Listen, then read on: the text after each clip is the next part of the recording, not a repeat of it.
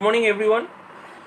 Today we're gonna start with sum number 13 part B part 1, the true false question.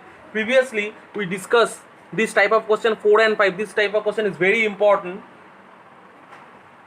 One or two sums can definitely come the final exam. So the question is here, if the length of base radius of a right circular cone is decreased by half and its height is increased by twice of it, then the volume remains same. So we're gonna say that first radius and height are R and H respectively. So therefore we can say that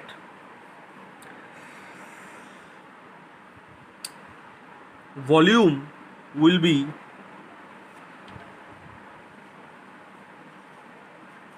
one by 3 pi r square h cube unit. Now if the length of the base radius of a right circular cone is decreased by half, so therefore new radius, it becomes half of the previous one. So the new radius is half into previous one is r, so the new radius should be r by 2 unit, and radius and height are r and h unit, and new height is twice of the previous one. Twice of the previous one means h, so 2h unit. So therefore the volume will be, it should be new volume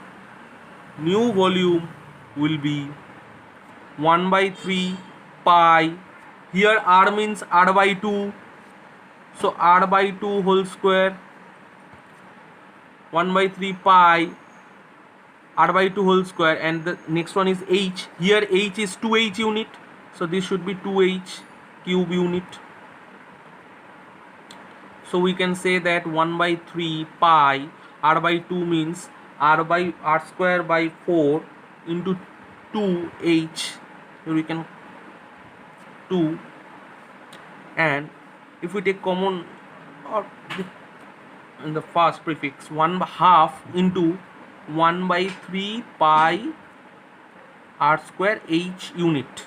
So therefore we can say that this, the previous volume is 1 by 3 pi r square h, and the new volume should be half of the previous volume. So therefore the volume will remain same. This is an false statement, so therefore we can say that this is false.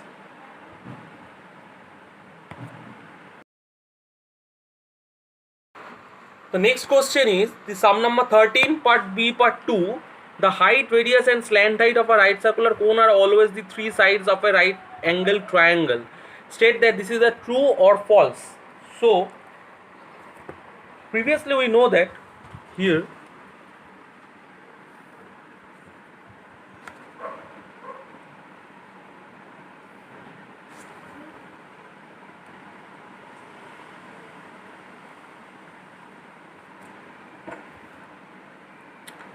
this is height, this is radius of a right circular cone, and this is slant height L, where height and radius are perpendicular to each other and L is the hypotenuse of this triangle, and the relationship between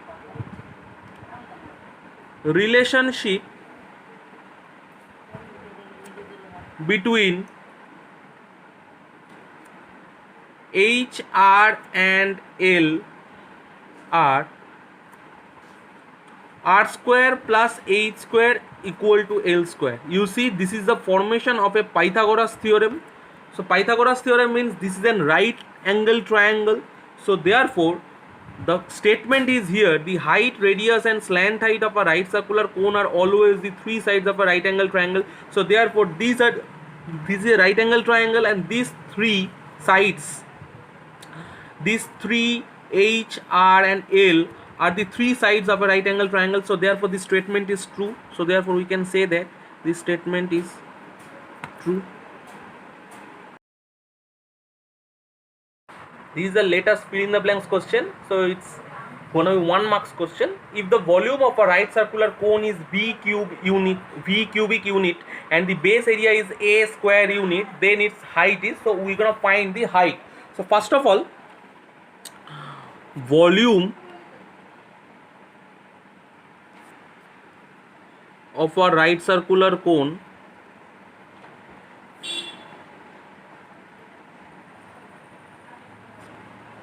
is V. So therefore we can say that V equal to 1 by 3 pi r square h cubic unit, and base area of cone is A square unit. So base area means, if this is an right circular cone, the base area means this is a circle. So therefore we can say that A equal to pi r square, area of the circle is pi r square. So you can, so you see, if we divided volume by base area means V by A, we can say that V is 1 by 3 pi r square h by pi r square. So therefore if we arrange these things, we can say that 1 by 3 pi r square h by pi r square. So eliminating pi and pi, r square and r square, therefore we can say that V by A equal to 1 by 3h. So if we cross multiply that, so we can say that 3V by A equal to h. So therefore we can say that height is 3V by A unit. So this is the answer. So in the fill in the blanks, here we can write that if the volume of a right circular cone is V cubic unit and the base area is A square unit, then the height is 3V by A unit. Sum number 3, very important question. The lengths of the base radius and the heights of a right circular cylinder and a right circular cone are equal. The ratio of their volumes is, you see there are two different type of things here. One is right circular cylinder and another is right circular cone. So if anyone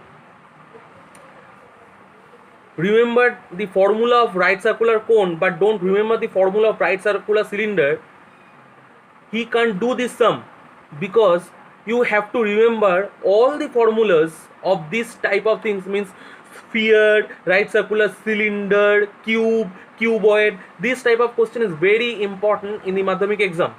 So therefore first we're gonna say that here we're gonna write radius and height of cylinder is R1 and H1 unit, and radius and height of cone is R2 and H2 unit. According to the question or according to the problem, we can say that R1 equal to R2 and H1 equal to H2. The lengths of the base radius and heights of a right circular cylinder and right circular cone are equal. So therefore we gonna find the ratio of their volumes. The question is, we have to find the ratio of their volumes. So you see here we say that R1 equal to R2 and H1 equal to H2. So now ratio of their volumes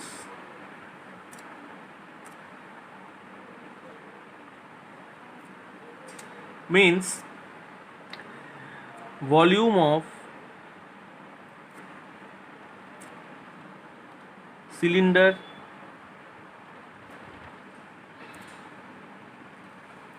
by volume of cone. Volume of cylinder means pi r1 square h1, and volume of cone means 1 by 3 pi r2 square h2. So here we gonna say that h1 equal to h2, so therefore we can eliminate h1 and h2, pi and pi, and here r1 equal to r2, so here we can eliminate r1 square equal to r2 square, so we got 1 by 3, so it can be written as 1 into 3 by 1.